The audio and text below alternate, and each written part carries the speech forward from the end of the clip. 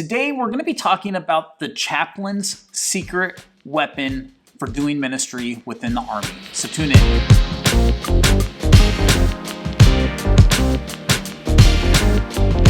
So I just talked about the secret weapon that is available to every chaplain to do ministry within the Army. And this is the cool thing. The Army, not too long ago, published a new field manual, and specifically FM 7-22, that is what I consider the chaplain's secret weapon for doing ministry within their unit. And we're going to be talking about how you can apply it to your ministry settings as a chaplain. So what is FM 7-22? Well, FM 7-22 is the field manual that talks about holistic health and fitness for the soldier. And it is the manual that every commander is supposed to be using to ensure the readiness of their soldiers. When this manual was published in October 2020, it kind of went under the radar in some ways because it was right in the middle of the whole COVID stuff. And it kind of got missed by a lot of people. But we're going to look at this because there's some really good stuff in there. So what is FM 7-22? Really, it's the commander's handbook to ensure the readiness of their soldiers. And in it, it talks about several different domains or areas of fitness or health of an individual. And this is what the different areas are that it talks about. It talks about physical readiness or physical fitness, physical health, nutritional readiness, mental readiness, sleep readiness, and spiritual readiness. So there is a section on there on spiritual readiness. The Army recognizes that our spiritual nature, the spiritual side of who we are as individuals matters in the overall health of who we are. And our overall health, our spiritual side matters. This manual here is a tool that as a chaplain you can utilize to do ministry within your units. If you frame it in the FM 7-22 language, this right here is a tool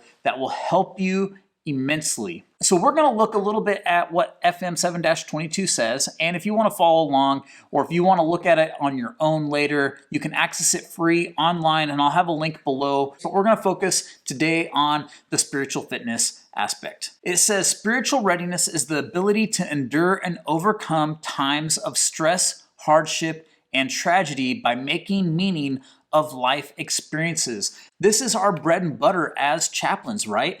When times of stress come, hardship, tragedy, how do we make meaning of that in the overall grand scheme of things? And it goes on to say, individuals find meaning as they exercise their beliefs, principles, ethics, and morals arising from religious, philosophical, and human values. See, a lot of our soldiers that come through our ranks, whether they're officers or even enlisted, they haven't really asked some of those tough questions like, what is the meaning of life? How do I determine what the meaning of life is? What are my values? And so the foundation that they have to stand on when tragedy comes is not that strong. It's not that big. It's oftentimes not even able to withstand little things, right? A study recently came out, and we've seen a 40% rise in suicides in soldiers in the last 5 years. I'll put a link for that below too, so you can check that out. Why is that?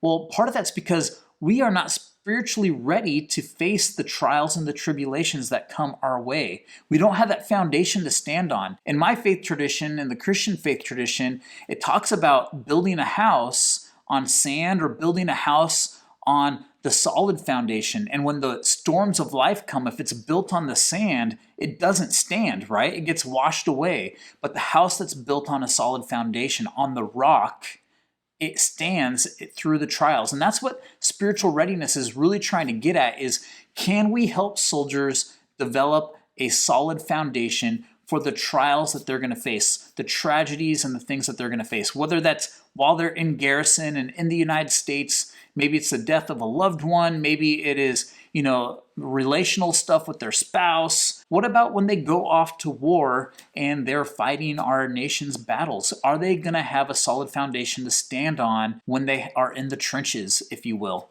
So This is where we come in and we can help develop that within our units. So it goes on to say that spiritual readiness strengthens as individuals identify their spiritual dimension, their purpose, core, values, beliefs, identity, and life vision. Now, as a chaplain, my job is to come in and give them the tools and the resources to help them identify those things.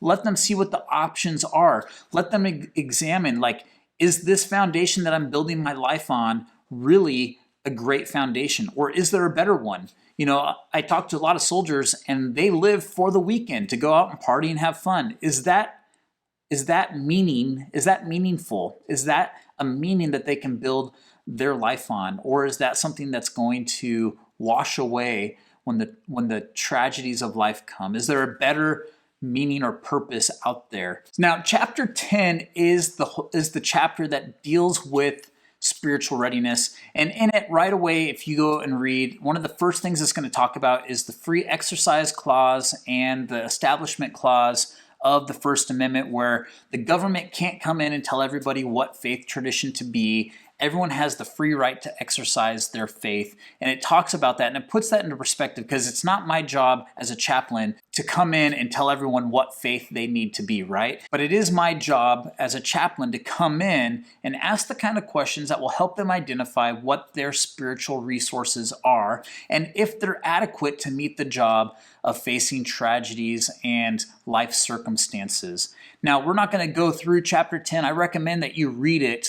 What I want to do now is I want to transition and talk about how you, as a chaplain, can use this document to help speak the language of your commander and use this. And I think that's where the secret weapon of this manual comes in. So if I were a chaplain, which I am, and I was to present an exercise or a training that I would like to do with soldiers, I would frame it in the language of FM 7-22. I would take quotes and the paragraphs from some of these. So when the commander says, hey, why do you want to take soldiers out on a hike? I'm not just taking soldiers on a hike, right? There might be some of that morale building that comes from the hike, but I'm going to use the hike as a means to get after some of these spiritual readiness types of questions and issues. And so I'm going to frame that hike in such a way that it's going to be a spiritual readiness hike. So that way we can develop the holistic health of our soldiers. Up here in the Pacific Northwest, I take people on some different hikes. I use the hike as a metaphor, talking about rising above challenges and obstacles,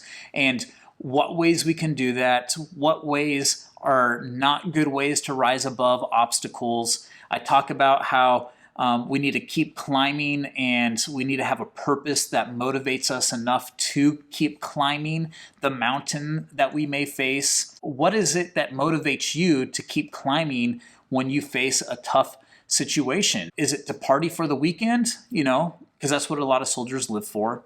And if that's their answer, you know, is that going to help people get through a POW camp if they get captured, right? I mean, that's an extreme example, but it's a reality that we may face down the road. And if the answer is no, well, then I want to challenge that soldier to start asking some of those questions: is what kind of purpose in my life do I need so that I will keep fighting if I'm in a POW camp situation, right? To be able to get through that and choose to keep living through that. You know, what purpose do I have? What purpose is out there? What is strong enough? What kind of foundation can help me get through? So I let my commander know that we're not just going out to have fun, but we are using this as a tool to teach soldiers the things that they need to implement in life to be able to overcome tough situations and hard times. So if you frame it in such a way, then commanders and senior NCOs are much more likely to send soldiers to these things if it really is going to help them develop their spiritual side of their lives and give them meaning and purpose to be able to push beyond the tough stuff that they may face. If we can put it in this language, then that helps us. If we can frame the things that we do as chaplains in the language of FM 7-22, it will help us be successful. So that is why FM 7-22 is kind of like the chaplain's secret weapon. I'd encourage you to get online, check out 7-22, read through the whole thing. I think there's a lot of good stuff in the other sections too, where chaplains can also synchronize with other providers. That's even more powerful and speaks your commander's language as well. So that is something that you can maybe utilize in your chaplaincy. So check it out. Make sure to hit the like button, comment below if you think this was useful, and we'll see you next time. Thanks for tuning in, and we'll see you later. Bye.